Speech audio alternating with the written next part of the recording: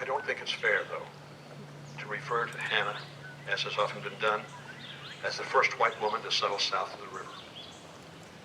Let us not forget that there were two women, not just one, in that pirogue that crossed the river in 1810 or 11 or whenever. Phoebe Cole, the wife of Stephen, was the other one. But in the popular retelling of the story, year after year, the story of these first settlers, Phoebe is still on that boat. Her foot, as much as Hannah's, might have been the first woman's foot to touch the riverbank in present Cooper County. But her story is not as sympathetic as is Hannah's because she was not yet a widow and had only 5 children at the time of the crossing. But both of these women dared build homes on those bluffs above the river. Both of these women dared to raise their families there. Both of these women knew the uncertainty of life among Indians, and ultimately Phoebe, like Hannah, became the widow of an Indian victim, an Indian attack victim. Trying to find out more about that other first woman settler on this side of the river, I've wandered into still another family thicket. The genealogy website FamilySearch.com suggests it was not only the land on the south side of the river that was fertile, although the proper version of history seems to indicate the river crossing induced some kind of sterility or celibacy in Stephen and Phoebe's life. The website claims Stephen and Phoebe actually had 6 more children after they crossed the river. The last born in 1816, when Phoebe would have been about 43 and Stephen about 44. In all, says the website, Stephen and Phoebe had 13 children. 2 of them even born before they were married, a circumstance I'm going to leave to the Cole Family Association to figure out. The site is vague about the birth and death dates of several of the reported offspring. It also claims that Hannah and Temple had 10 children, not 9. So while the focus of the Hannah Cole story is on her role as a businesswoman and her cabin being the first seat of government in Cooper County, let's remember that Phoebe was often left alone for extended periods of time while this family of hers was increasing with young children to tend to, while Stephen was carrying out his duties as Justice of the Peace back in the eastern part of the state. There's some uncertainty about what ultimately happened to Phoebe, although it's thought she died in 1825. Hannah was not alone in family loss to Indians. Phoebe lost a husband, a brother-in-law, and a nephew. If we're to believe Family Search list of children, 7 children she left behind would have been 9 to 14 years old. What happened to them? We haven't discovered that. For that matter, we do not know where Phoebe's buried, so an appropriate marker could be placed there too. There are several mysteries yet unsolved about the family whose name this county bears. Both deserve to be considered the first women settlers of central Missouri south of the river. But Cole County is not named for either of those hardy women who risked so much and lost so much, nor has it been told for many decades, as it has been told for many decades, is it named for Stephen Cole.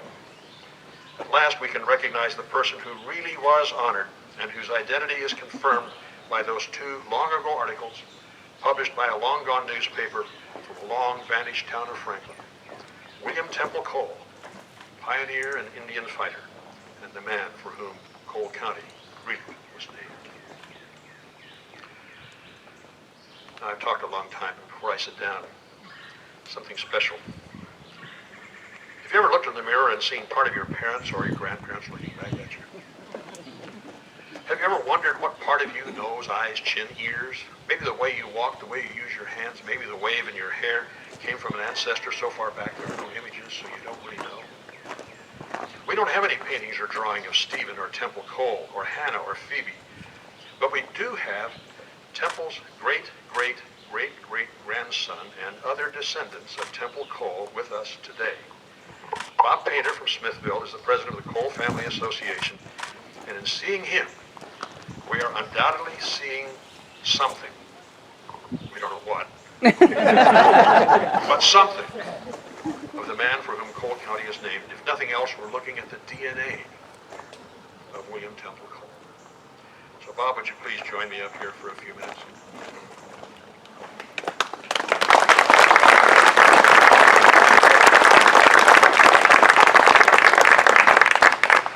Cole Family Association is having its annual reunion in Boonville on August the 9th. I want the association to have this silver Cole County bicentennial coin that I started my speech with. It's number 10 for 1810. I thought maybe about giving them 1811 too, but I don't have that much money.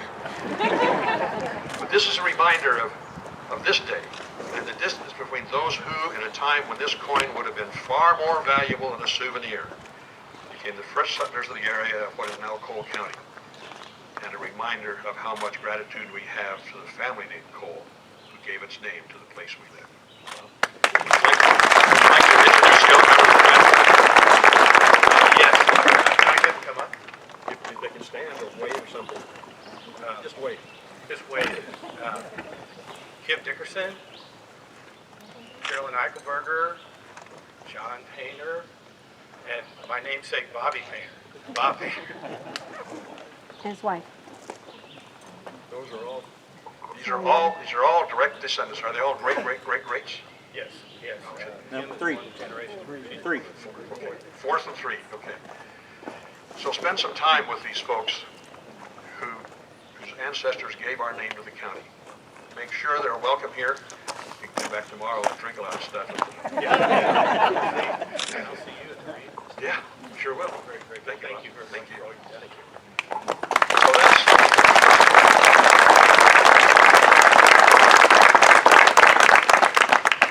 So 200 years later, we finally correct some history today, and we finally pay homage to the person for whom our county really was named.